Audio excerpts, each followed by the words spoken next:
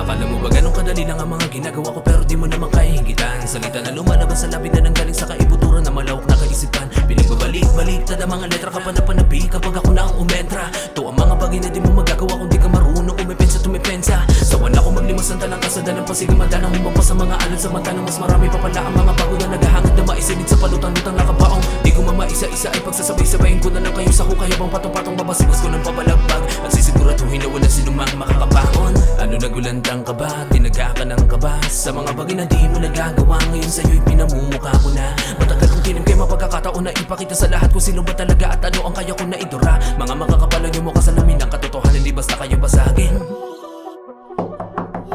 Tao po. Ayaw nyo pa rin akong pagbuksan ah. Teka.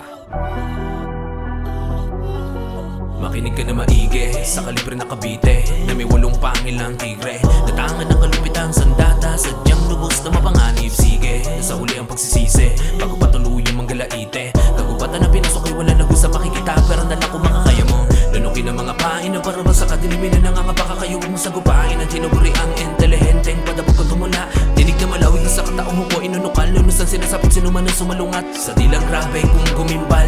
Paksandiwa ang mirindal bago patuloy ang maaboy sa lagi ng pantig ng pandiwang nakakahiwa. May taglay na ako'y naanimoy sa tel mo, bibihira lamang makita.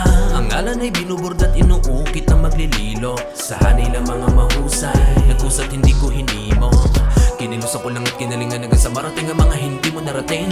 Dinapaso at sinupin ang mga nagtangka na ako ay maugat kipiin. Tinutukan ng bawat paksa kahit sa aralin ay mahuli at gabihin. Para sa pagkagat ng dilim sa kinabukasan, merong bagong bituin na titingala.